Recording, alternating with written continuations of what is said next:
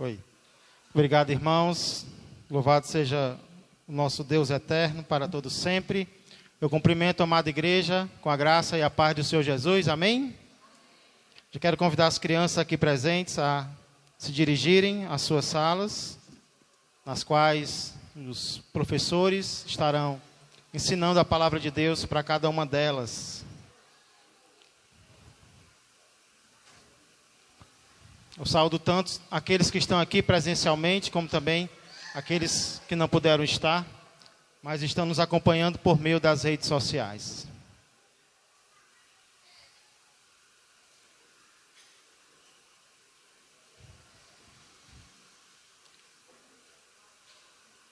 O que dizer de um cristão que deseja publicamente a morte de uma autoridade?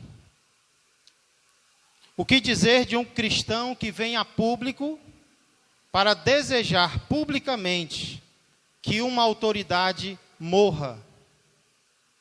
Pastor, já teve cristão que fez isso? E como? Várias vezes. Por exemplo, quando Jair Messias Bolsonaro ainda era o presidente do nosso país, um suposto cristão gravou um vídeo no qual, após uma vigília, ele diz com emoção na fala as seguintes palavras. Um suposto cristão diz o seguinte: Deus vai ferir Bolsonaro sim. Deus vai ferir Bolsonaro de morte. Vai tirá-lo da terra. Esse é um exemplo de um cristão que vem a público para desejar a morte de uma autoridade. Porém, não foi apenas Bolsonaro que sofreu desejos e palavras como essas. Algum tempo atrás também, um suposto pastor, e em pleno culto, após a vitória do presidente Lula, disse as seguintes palavras. Abre aspas. Se Lula ganhar, e ele ganhou, eu profetizo a morte dele. Mas o mandato, ele não termina. E fala em línguas enquanto diz isso. Eu profetizo a morte dele. São apenas alguns exemplos, e a pergunta é: o que nós podemos dizer de atitudes como estas? Será que é isso que Deus espera de um cristão?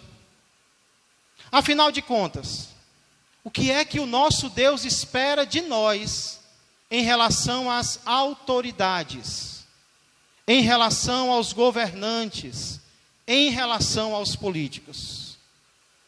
Uma boa maneira de responder essa pergunta é abrindo a palavra de Deus em um dos textos mais famosos que tratam sobre este assunto.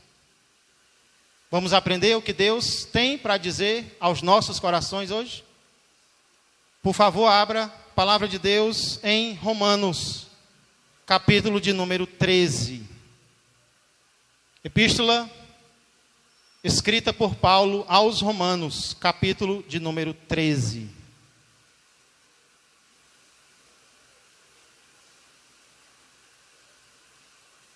Aqui em nossa igreja, aos domingos à noite, nós temos estudado alguns livros da Bíblia, mas não de forma única, apenas um livro. Nós temos feito um rodízio de livros.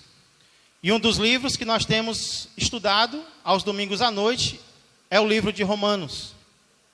E eu lembro que da última vez que nós meditamos em Romanos, nós meditamos no final do capítulo 12, no qual o apóstolo Paulo fala sobre o amor na prática.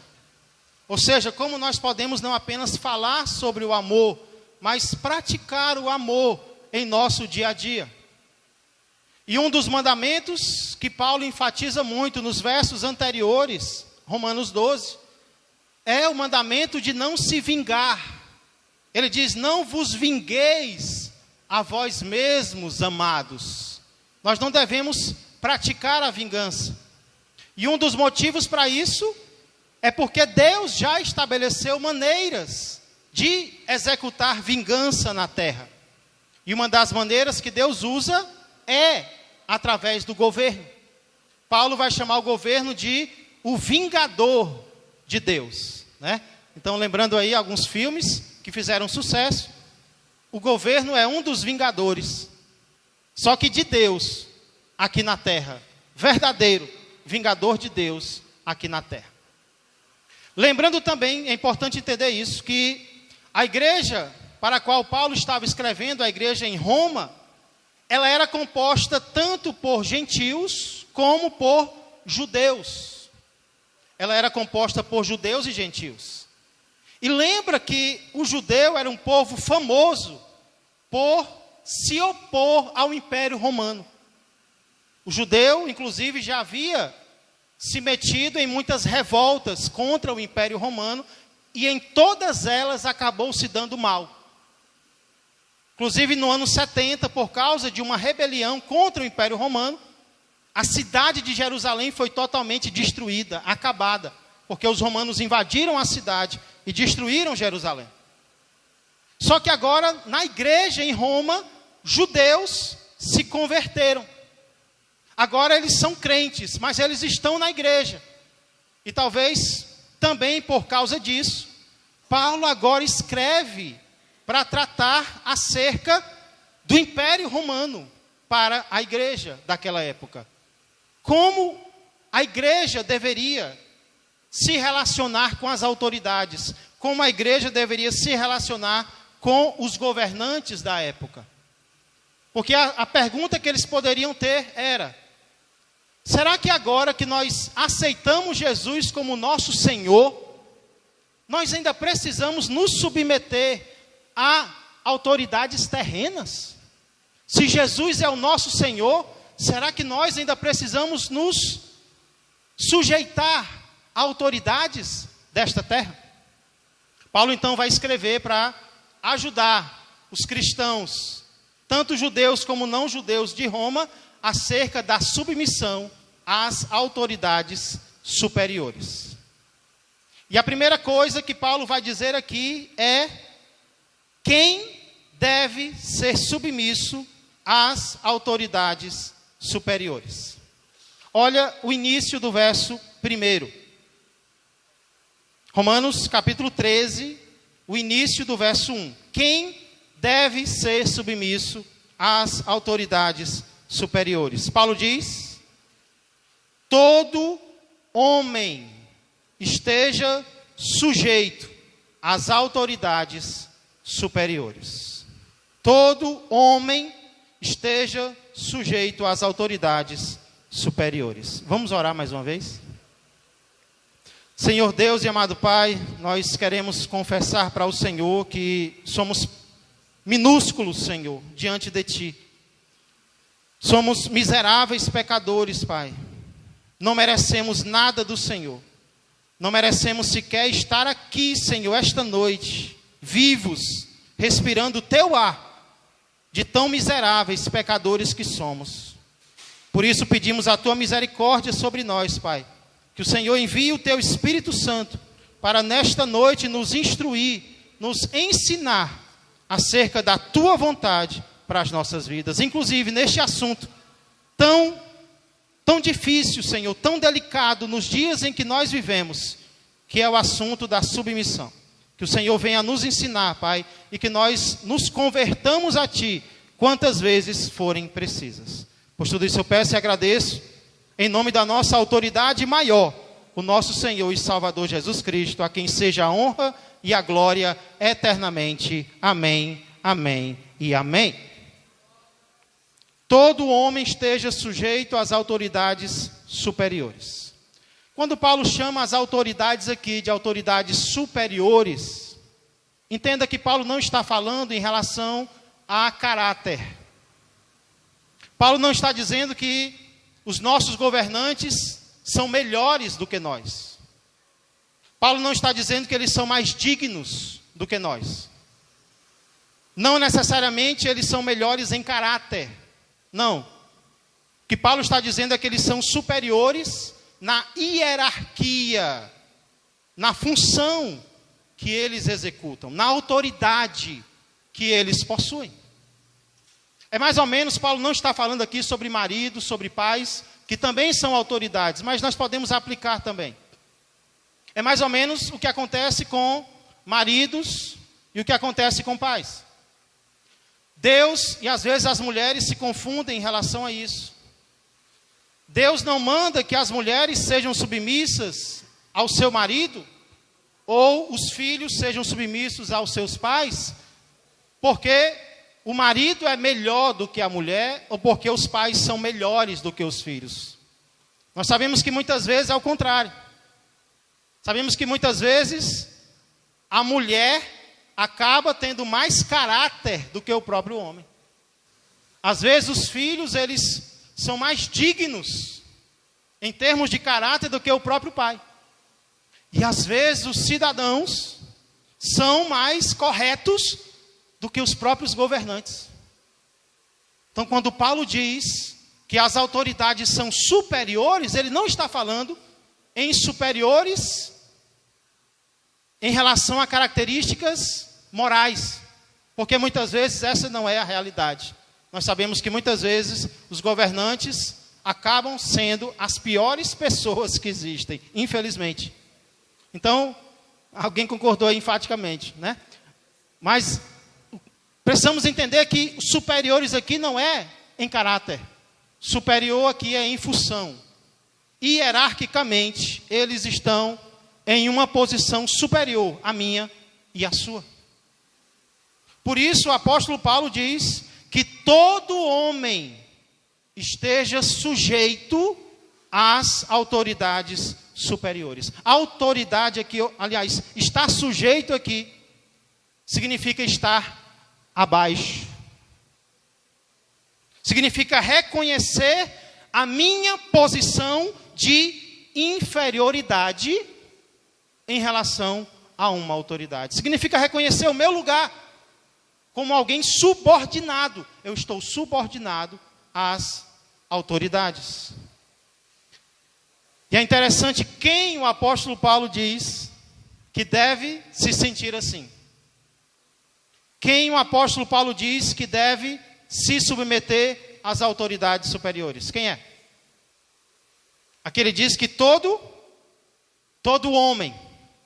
Então as mulheres estão livres. Na verdade, todo homem aqui não significa que só os homens têm que se submeter às autoridades e as mulheres não. Palavra no original aqui, as palavras no original significam toda alma. Toda alma, ou seja, todo ser vivo, todo ser que vive, que respira, que tem alma, deve se submeter aos governantes, deve se submeter às autoridades. Todo ser vivo, incluindo quem? Incluindo nós. Paulo não está dizendo que só os cristãos precisam ser submissos às autoridades, não. Os descrentes também. Só que Paulo está dizendo que, inclusive, nós. E por que Paulo está dizendo isso? Porque, como eu disse, talvez alguns cristãos daquela época e ainda da nossa época podem achar que porque agora nós somos crentes, nós somos cidadãos dos céus, nós não temos mais responsabilidades terrenas. Então Paulo escreve essa epístola, Paulo escreve esses versículos para mostrar que sim, nós somos cidadãos do céu, mas também ainda somos cidadãos da terra. E por isso, juntamente com todo o resto da humanidade, nós devemos estar em atitude de submissão às autoridades terrenas. Todo homem esteja sujeito às autoridades superiores. Mas aí alguém pergunta, mas pastor, e se uma autoridade superior me mandar fazer algo que é contra a palavra de Deus? eu tenho que ser submissa a ela, ainda assim? Se ela mandar eu fazer algo que não está de acordo com a palavra de Deus, eu vou ser submisso à autoridade, como Paulo está dizendo aqui? E a resposta que eu dou para essa pergunta é que eu vou falar sobre isso daqui a pouco. Mas antes de falar sobre isso, vamos ver o que Paulo diz em seguida. Em segundo lugar, primeiro ele falou sobre quem deve se submeter às autoridades terrenas. E a resposta é: todos, toda alma, todo ser humano, descrente e crente também. Mas aí, por que, Paulo? Todos, inclusive os cristãos, devem ser submissos às autoridades terrenas. Porque é importante nós entendermos não apenas o que Deus quer de nós, mas por que Deus quer o que Deus quer. E aqui eu vejo pelo menos 3 razões, boas razões, para todos nós que aqui estamos, e os que estão nos acompanhando pelas redes sociais, e o mundo inteiro, devemos nos submeter às autoridades. Primeiro motivo, e o mais importante de todos, para mim ele é suficiente, é porque as autoridades superiores foram ordenadas pelo próprio Deus. Olha a segunda parte do verso 1. Porque não há autoridade que não proceda de Deus. E as autoridades que existem foram por ele instituídas. Interessante, Paulo não diz, porque muitas autoridades procedem de Deus. Diz? Porque a maioria das autoridades procedem de Deus. Não. Paulo não diz porque as boas autoridades procedem de Deus. Paulo diz, todas as autoridades procedem de Deus. Na verdade, não há uma que não venha dele. Não há uma autoridade que não proceda do Senhor. É como Daniel, não precisa abrir lá. Daniel deixa isso muito claro. Quando ele louva a Deus, lá em Daniel 2:21, dizendo, é Ele, ou seja, Deus, quem muda o tempo e as estações. Remove reis e estabelece reis. Ele dá sabedoria aos sábios e entendimento aos entendidos. Quem é que remove reis? Quem é que estabelece reis? Daniel diz que é o Senhor. Então, independente de como alguém chegou ao poder, isso é fé. O que eu vou dizer agora é fé. Independente de como alguém chegou ao poder, e só existem 3 formas de alguém chegar ao poder. Pelo voto, ou seja, pela escolha das pessoas. Pela família, ele já nasceu designado para ser uma autoridade. Os reis eram assim. E pela força, quando ele conquista o poder, quando ele rouba o poder.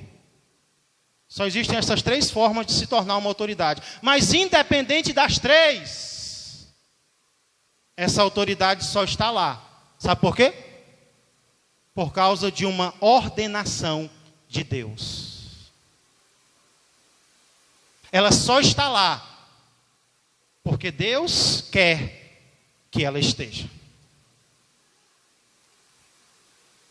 Isso valia para o passado, mas isso também vale para o presente.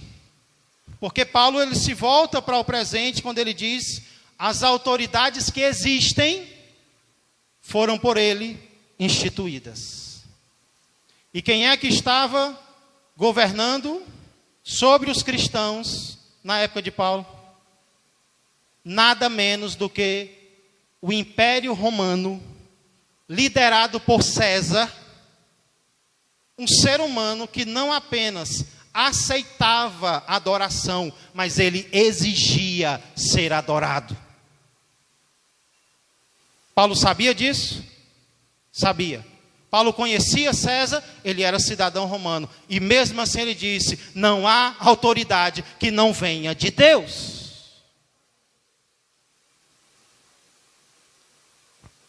Esse é o primeiro motivo.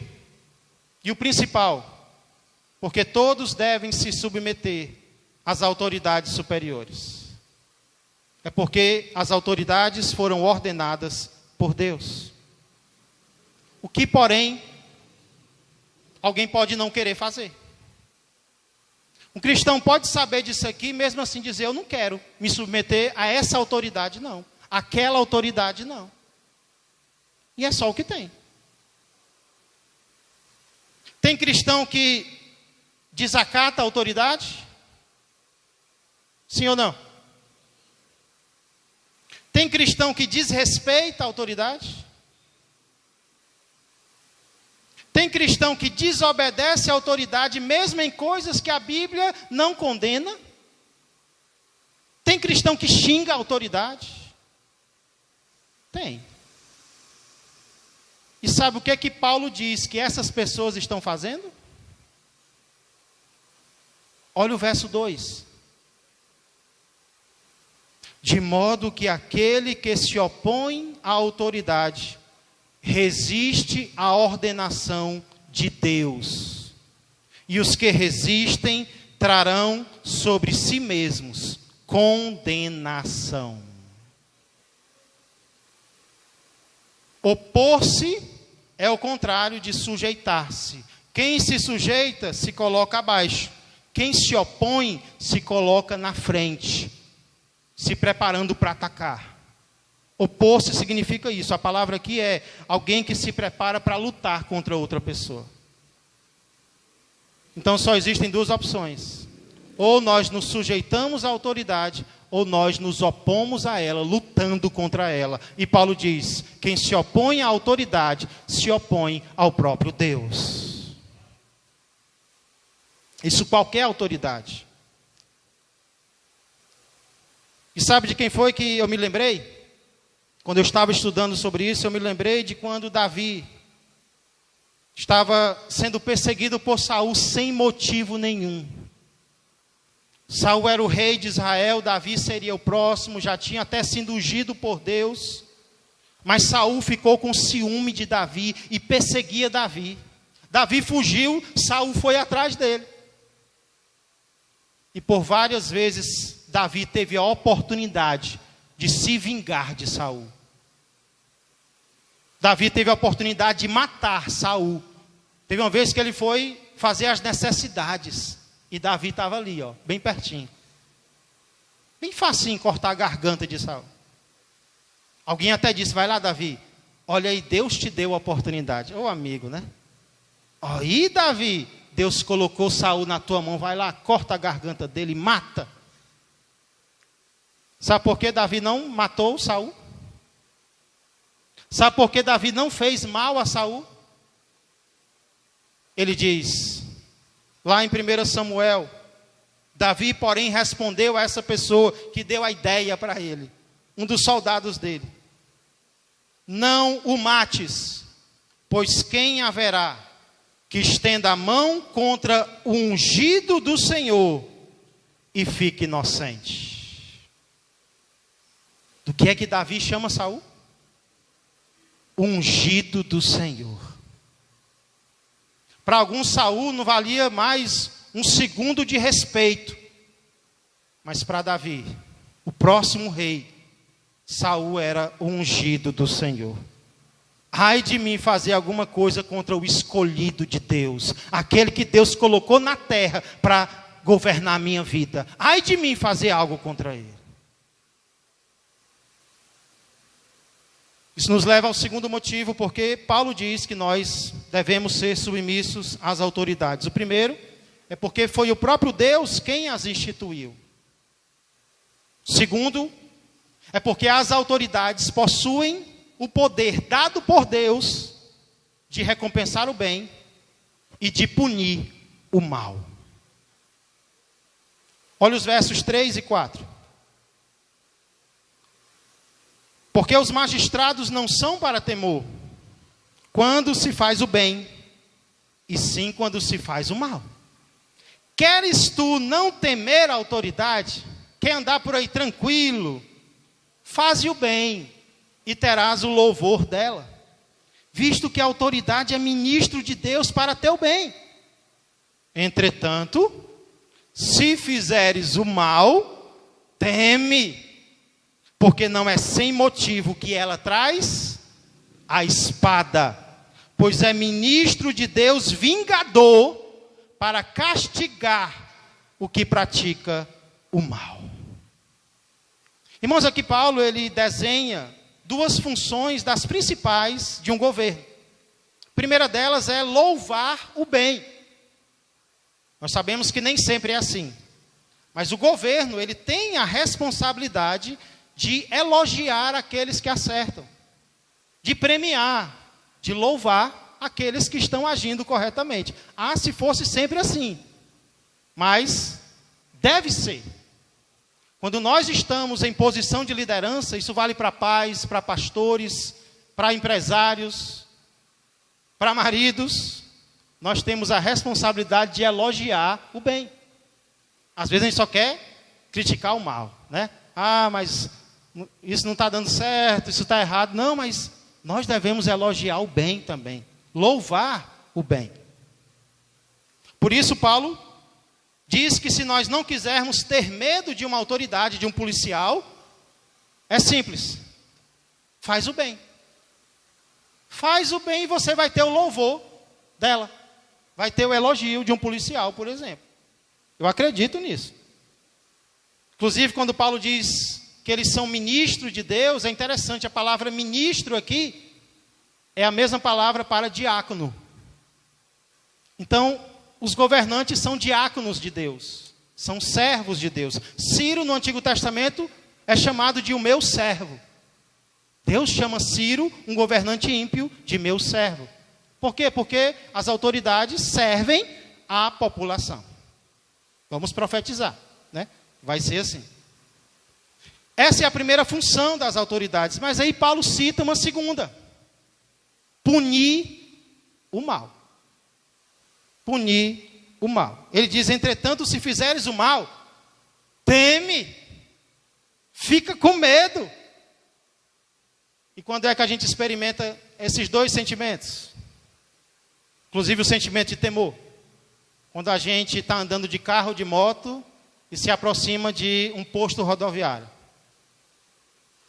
Se tiver tudo bem, com o carro, com a moto, com o condutor, a gente fica nervoso? Não é para ficar. Não é para ficar. Eu lembro quando eu tirei carteira, a vontade que eu tinha era que o guarda parasse o carro. Só para eu mostrar a carteira. Está aqui, ó. Dá vontade de você ir, voltar, e não para, né? Nessas horas o guarda não para. Mas você se sente bem. Você pode até receber muito bem. Pode ir. Pode continuar. Deus abençoe a sua viagem. Né? Tem policial que fala isso. Pelo menos os daqui da igreja falam, né? Agora, se o carro estiver errado, se estiver atrasado, se a carteira não estiver em dias, é arriscado ter pesadelo com guarda, né? Você anda de terceira, que vai que ele está de trás da árvore e você não vê. Então, você tem temor, você fica com medo. Por quê? Porque está agindo errado. Não está agindo de acordo com a lei. Por isso, Paulo diz, tema, fique com medo mesmo. Por quê? Porque ela é ministro de Deus para louvar o bem, mas ela também é ministro de Deus para punir o mal. Punir financeiramente. E não apenas isso. A autoridade pode punir fisicamente também. Inclusive, Paulo diz, tema, porque não é sem motivo que ela traz o quê? A espada. Para que serve uma espada? Trazendo para os dias de hoje, se você estiver no caminho errado, tema a autoridade, porque não é sem motivo que ela traz o revólver. Não é para fazer cócegas, nas suas axilas, não, viu? Revólver é para punir o mal, é para deter a maldade. E sabe quem foi que mandou? Foi o próprio Deus. Foi o próprio Deus para que o mal não se espalhe. Por isso, além de chamar a autoridade de ministro, diácono de Deus, Paulo também chama a autoridade de outro nome. Que outro nome é esse? Vingador. Deus vinga? Vinga. Por isso que nos versos anteriores Paulo vai dizer, não se vingue.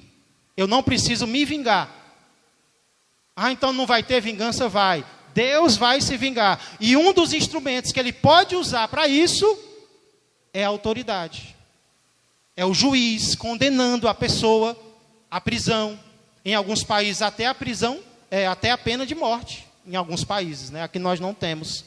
Mas juízes fazem isso, o governo faz isso, as autoridades fazem isso.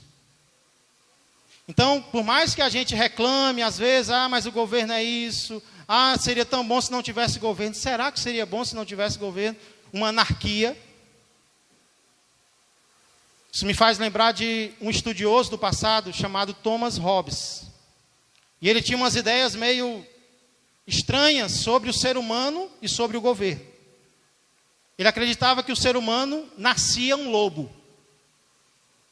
Ele já nascia lobo. E não é porque ele nascia bonito, não. É porque ele já nascia com a tendência de carniceiro, de matador, de destruidor. Ele dizia que o ser humano tem a capacidade de destruir a si mesmo. Eu não sei se os lobos têm essa capacidade, mas eu creio que alguns animais são capazes até de destruir o próprio bando. E aí ele diz que para que isso não aconteça, para que os seres humanos não se destruam, tem que haver um ser maior do que os seres humanos. E ele dizia que esse ser era o Estado, era o governo. E ele chamava o governo carinhosamente de Leviatã, monstro marinho. Ou seja, um ser mais poderoso. A Bíblia até fala sobre o Leviatã, lá em Jó. É uma lenda de um monstro que habitava no mar. E era um ser muito poderoso. E aí Thomas Hobbes pega esse ser e apelida o Estado, o governo de Leviatã. Então, por mais que o governo pareça um monstro, que a gente tenha raiva, às vezes, ele é necessário. Para quê? Para que os seres humanos não se destruam. Para que o mal seja punido. Para que o mal seja detido. O governo serve para isso. Inclusive, Martinho Lutero, ele chamava o governo de a mão esquerda de Deus. Para ele, a igreja é a mão direita. É a mão que Deus usa para resolver as coisas espirituais da terra. É a igreja. Mas Martinho Lutero dizia que Deus tem uma mão esquerda, que é o Estado, o governo, através do qual Deus resolve as coisas físicas aqui da terra. Porque sem o governo, não daria certo. Por que então devemos ser submissos às autoridades? Primeiro, porque elas foram ordenadas por Deus. Segundo, porque elas têm o poder dado por Deus de louvar o bem e de punir o mal. Mas Paulo fala brevemente sobre um terceiro motivo, no verso de número 5, que é a nossa própria consciência. Devemos nos submeter ao governo por causa da nossa consciência. Olha o que diz o verso 5.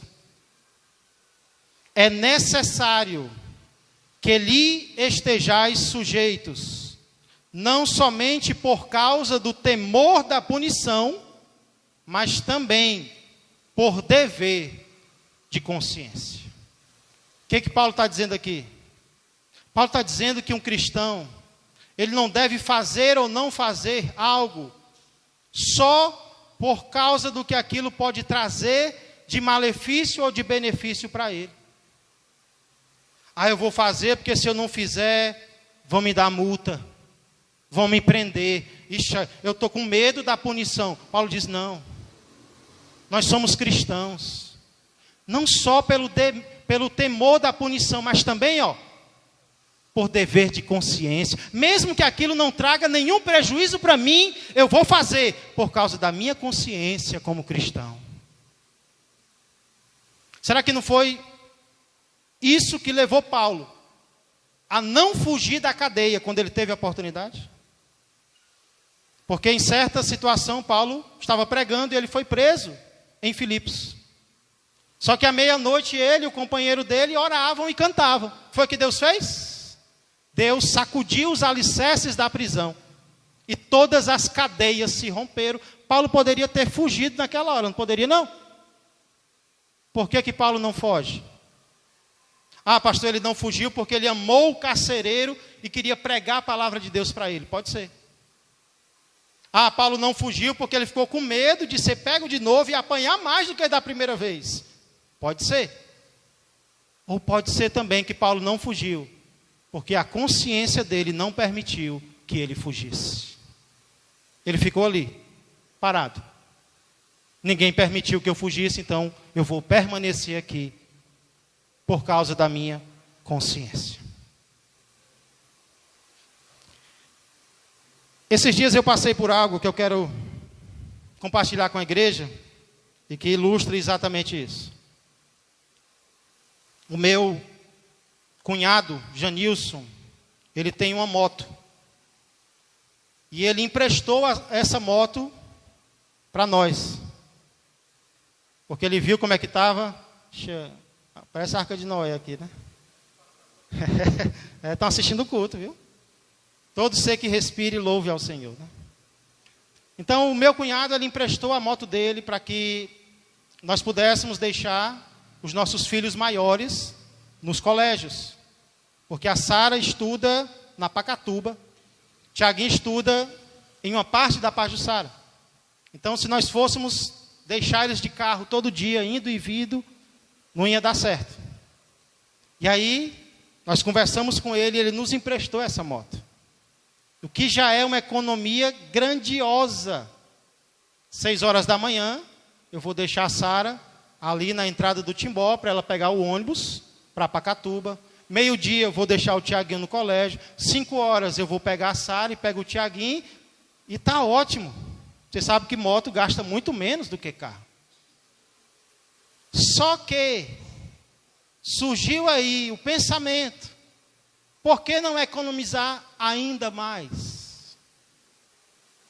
Por que ao invés de levar só a Sara e o Tiaguinho, por que não levar também os gêmeos de 6 anos de idade para um colégio que tem aqui na outra rua, bem pertinho?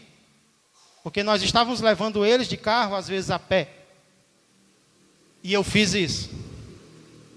Teve um dia que nós pegamos os dois, colocamos atrás na moto. E nunca eles me abraçaram com tanto amor como nesse dia. Com tanta força, com tanta dedicação. Eu acho que ficou marca aqui na minha barriga, né? E aí colocamos uma mochila de um lado, outra do outro e fomos. Para a alegria deles. Eles ficaram tão alegres. Eita glória. A economia vai ser... Quer aceitar Cristo já? A economia vai ser ainda maior. Até que um problema aconteceu. A minha consciência doeu. Por quê? Primeiro, pela segurança deles. Um capacete não cabe na cabeça nem do Gabriel, que tem cabeça maior. Mas não cabe. E pela lei parece que só com 10, 17? Não, aumentou. Agora é com 10 anos de idade. Pode levar uma criança. Aí, economia, obediência. Economia, consciência. Você quer saber de uma coisa, Suiane? Vamos agradecer a Deus, essa moto para levar os 2 mais velhos. E vamos arcar, levando os mais novos no carro, porque é muito melhor obedecer a Deus e ter uma consciência limpa do que economizar algo e depois se dar mal por causa disso.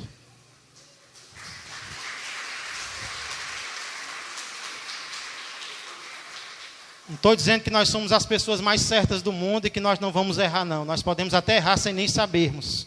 Mas naquela hora, algo foi trazido ao nosso coração e nós tomamos uma decisão baseada na consciência. Então, às vezes, vai ser porque é ordenação de Deus, às vezes vai ser por causa do medo. Eu não fiquei com medo de um guarda me parar, porque eu poderia conversar com ele, eu poderia explicar a situação. Não foi o medo da punição, foi dever de consciência. Então o apóstolo Paulo, ele explica quem deve ser submisso às autoridades, todos. Por que nós devemos ser submissos às autoridades? Porque foram ordenados por Deus, porque eles podem nos punir, também por causa da consciência. E para concluir, Paulo mostra como, agora vai mexer com o bolso, como podemos demonstrar submissão às autoridades. Existem várias formas de demonstrar submissão. Por exemplo, talvez a mais importante de todas, orando. Orando pelos governantes. O próprio apóstolo Paulo fala sobre isso. Não precisa abrir lá. Em 1 Timóteo capítulo 2, versos 1 e 2. Olha se nós estamos fazendo isso. Antes de tudo, pois, exorto que se use a prática de súplicas, orações, intercessões, ações de graças, em favor de todos os homens, em favor dos reis, e de todos os que se acham investidos de autoridade, para que vivamos vida tranquila e mansa, com toda piedade e respeito. É tão bom falar mal dos governantes, né?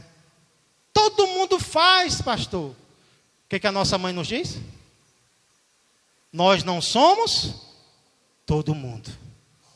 Não é o que todo mundo faz que eu e você devemos fazer. O que o mundo não faz? Eles não oram pelas autoridades. Pois se eles não oram, eu e você vamos orar. Vamos orar por eles. E não é para eles morrerem, não. É para que Deus os abençoe, para que Deus dê sabedoria, para que Deus mude o coração, para que Deus converta, para que Deus proteja. Por quê? Porque Deus quer que todos sejam salvos, inclusive eles. Você acredita nisso? Deus quer que o presidente seja salvo. Deus quer que o governador seja salvo. Deus quer que o prefeito seja salvo. Deus quer que os vereadores sejam salvos. Deus quer que os juízes sejam salvos. Deus quer que os ministros sejam salvos. Então, se Deus quer, eu também vou querer. E eu vou orar por eles também.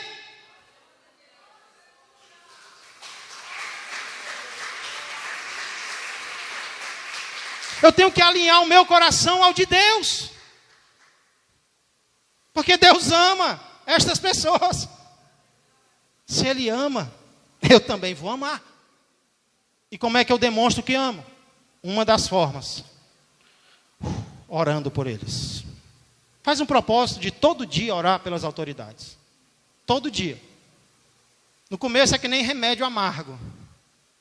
Mas depois a gente vai se acostumando. Vai se acostumando até um dia que você vai amar essa pessoa. É o propósito de Deus para nós. Então orar é uma forma de se submeter a alguém. Só que aí Paulo fala em uma forma mais difícil do que orar. Tem uma forma mais difícil do que orar, pastor? Tem. Pagar imposto. Pagar tributo. Olha os versos 6 e 7, os últimos 2 versículos. Por esse motivo também pagais tributos, porque são ministros de Deus. Olha mais uma vez, ministros de Deus, ministros de Deus. Eles são de Deus. Atendendo constantemente a este serviço. Pagai a todos o que lhes é devido. A quem tributo? Tributo. A quem imposto? Imposto. A quem respeito? Respeito. A quem honra? Honra. Você pode não gostar, mas aqui Paulo cita um bom motivo para pagar imposto. Os governantes trabalham de tempo integral. Você já parou para pensar nisso? Os governantes trabalham o tempo todo. Paulo diz que eles estão constantemente neste serviço. Eles não têm o trabalho deles e depois são governadores, presidentes, senadores, não. Eles estão ali o tempo todo. Fazendo o quê? Deus e eles sabem, mas eles estão lá. Então, porque eles estão de tempo integral, o tempo todo disponível, devemos pagar imposto também a eles. E aí Paulo conclui no verso 7, ordenando que paguemos a todos o que lhes é devido. E aí ele cita 4 exemplos de coisas que nós devemos pagar. Qual é o primeiro? Verso 7. A quem tributo, tributo. A quem é dever pagar tributo, pague o seu tributo. Tributo aqui é a mesma palavra usada quando os fariseus testam Jesus perguntando: Jesus, é lícito ou não pagar tributo a César? Qual é a resposta de Jesus? Dai a César o que é de César, dai a Deus o que é de Deus. Ou seja, paguem seus tributos, seus suvinas. Depois ele diz: a quem imposto? Imposto. Ainda tem esse ainda. Além do tributo, tem o imposto, tem a taxa também. A palavra imposto aqui é a mesma palavra usada em Mateus 17. Quando os cobradores de impostos vêm para Pedro e perguntam: Pedro, por que o teu mestre não paga o imposto dele? Aí Pedro, sem saber de nada, paga sim. Ora, sabia de nada. Quando chega em casa, antes que ele fale, Jesus: Pedro, um país cobra imposto de quem? Do rei ou dos seus súditos? Pedro diz: dos súditos. Então o rei fica desobrigado, né, Pedro? O que Jesus estava dizendo? Eu sou o rei, eu não preciso pagar imposto nenhum. Mas Pedro, para que eles não fiquem escandalizados comigo e contigo, vai lá, pesca um peixe, o primeiro que tu pescar, quando tu abrir, tu vai ter o pagamento por mim e por ti. Jesus paga o imposto dele e de Pedro. O que nós vemos aqui? Nós vemos aqui que Jesus não morreu, como alguns dizem, por causa de política. Porque tem gente que diz assim: Jesus foi um revolucionário, Jesus foi um revoltado, Jesus foi um insubmisso, morto pelo Império Romano. Que revolucionário é esse que paga o imposto, paga o tributo e ainda ensina os outros a pagar? Que revoltado é esse? Jesus não morreu como um revoltado. Jesus morreu como meu Salvador e como teu Salvador, porque Ele quis morrer no meu lugar e no teu lugar.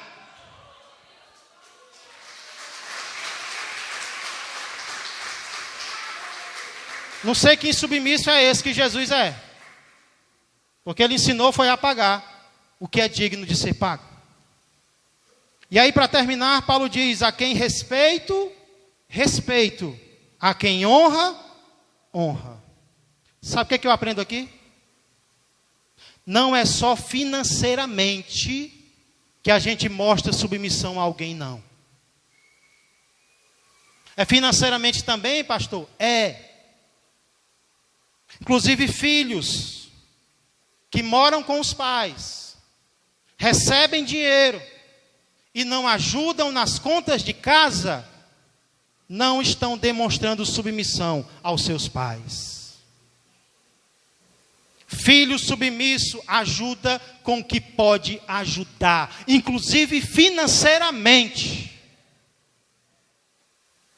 Espero não estar dando indireta para ninguém, estou sabendo de nada, nem o pai me chamou, viu? Mas nós mostramos submissão financeiramente, sim. Estamos nos submetendo à autoridade como? Financeiramente também. Paulo diz: a quem tributo, tributo. A quem imposto, imposto. Agora entenda que não é só financeiramente que eu me coloco em submissão a alguém, não. É também tratando com respeito. Demonstrando honra. Porque não adianta nada eu ajudar financeiramente e desrespeitar e desonrar com as minhas palavras ou com os meus atos. E é ou não é o que mais falta de muitos cristãos em relação às autoridades nos dias de hoje? Não respeitam e não honram. Estão desrespeitando e desonrando a quem?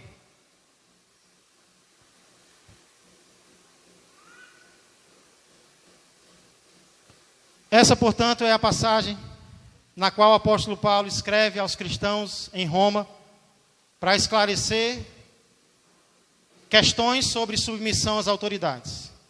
Quem deve ser submisso às autoridades? Por que devemos ser submissos às autoridades? Como?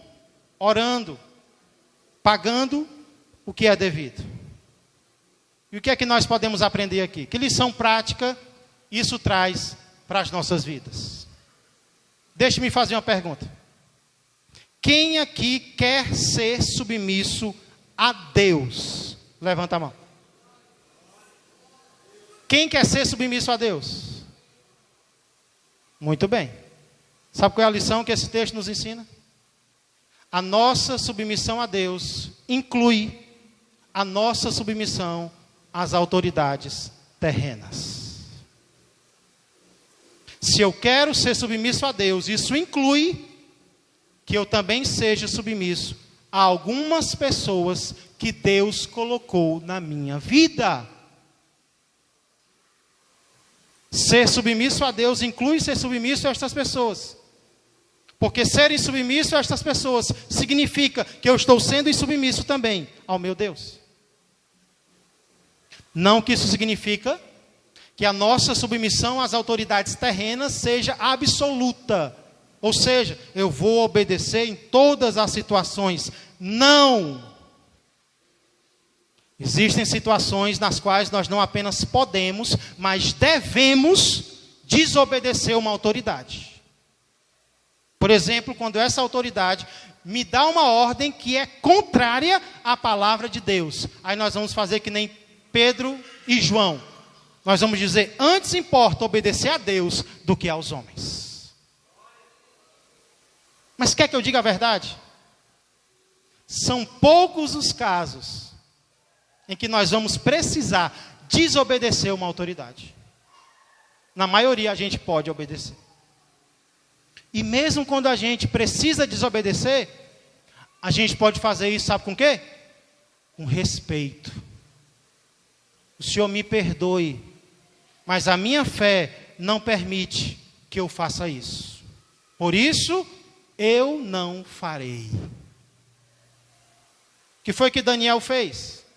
Quando queriam obrigar ele a comer comidas sacrificadas aos ídolos. Ele foi lá e pediu: o Senhor permite que por 10 dias nós não comamos destas comidas? Daniel não chegou lá chutando a porta: ei, eu sou servo de Deus, eu não te obedeço não quero saber dessa comida não. Daniel foi educado, foi respeitoso, como quem está sendo submisso ao próprio Deus. Nós vemos isso em passagens como 1 Pedro 2, 13 a 17, na qual Paulo diz, aliás, nesse caso Pedro diz: sujeitai-vos a toda instituição humana por causa do Senhor. E por que a mulher é ensinada a ser submissa ao marido? É porque o marido é 100%? Não. É por causa do Senhor. Por que os pais são ensinados a serem submissos, os filhos são ensinados a serem submissos aos pais? É porque os pais sempre acertam? Não, é por causa do Senhor. Sujeitai-vos a toda instituição humana por causa do Senhor, quer seja ao rei como soberano, quer às autoridades como enviadas por ele, tanto para castigo dos malfeitores, como para louvor dos que praticam o bem. Porque assim é a vontade de Deus, que pela prática do bem façais emudecer, calar a ignorância dos insensatos, como livres que sois, não usando todavia a liberdade por pretexto da malícia, mas vivendo como servos de Deus. Tratai todos com honra, amai os irmãos, temei a Deus, honrai o rei.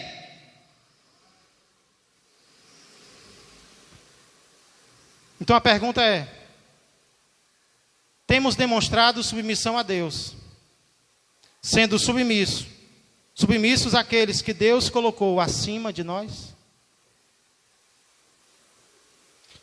O foco aqui de Paulo são os governantes, mas nós poderíamos aplicar também a outros relacionamentos, como o relacionamento entre pais e filhos, relacionamentos entre marido, esposa e tantos outros. Temos demonstrado a nossa submissão a Deus, sendo submissos àqueles que Deus colocou sobre nós? Se não, vamos pedir a Deus que nos ajude. Que Deus mude o nosso coração a partir de hoje, a partir de agora. Por falar nisso, curve sua cabeça. Reflita.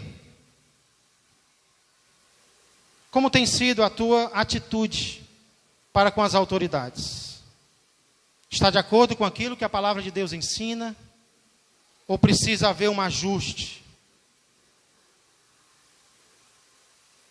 E por falar nisso, eu gostaria de perguntar se tem alguém aqui essa noite, querendo aproveitar essa oportunidade, para se submeter à maior de todas as autoridades que existe. Em Mateus 28:18, Jesus disse: toda a autoridade me foi dada nos céus e na terra. Jesus é a maior de todas as autoridades. Então raciocina comigo. Se rejeitar uma autoridade terrena traz condenação terrena, traz castigo, traz punição, imagina rejeitar o Senhor dos senhores e o Rei dos reis. A condenação não vai ser terrena, a condenação será eterna. Rejeitar a maior de todas as autoridades é a maior de todas as insubmissões. Agora imagina fazer o contrário. Imagina receber Jesus. Imagina aceitar Jesus como teu Senhor e como teu Salvador. Sabe o que você está fazendo? Você está recebendo aquele que nunca vai deixar de ser rei. Aquele que nunca vai deixar de reinar. Aquele que nunca vai perder a sua coroa. Aquele que nunca vai perder a sua autoridade. Aquele que está acima de todas as autoridades da terra. Ele governa sobre tudo e sobre todos. Aceitar Jesus é ter a confiança de que nós estamos servindo aquele que está acima de todas as coisas. Portanto, confie em Jesus esta noite. Mais do que olhar para homens, olha para Ele hoje. Talvez existem aí autoridades das quais você não gosta, com as quais você não concorda. Algumas você concorda, outras não. Ei, mais do que olhar para homens hoje, decide olhar para Deus. Decide confiar em Deus. Deus está no controle de todas as coisas. E eu vou, a partir de hoje, obedecer ao que Ele quer da minha vida. Eu vou entregar a minha vida a Ele a partir de hoje. Enquanto nós estamos adorando ao Senhor com um louvor, quero convidar você que nesta noite quer se reconciliar com Deus. Eu quero convidar você que esta noite quer receber Jesus como Senhor e Salvador. Quer se submeter a Ele e não mais lutar contra Ele. Deus te trouxe aqui com um propósito. E o propósito é que você saia daqui como cidadão do céu, como servo de Deus. Se tem alguém nesta situação, enquanto nós estamos adorando ao Senhor com louvor, quero convidar você a vir até o altar. No final, nós faremos uma oração de encerramento.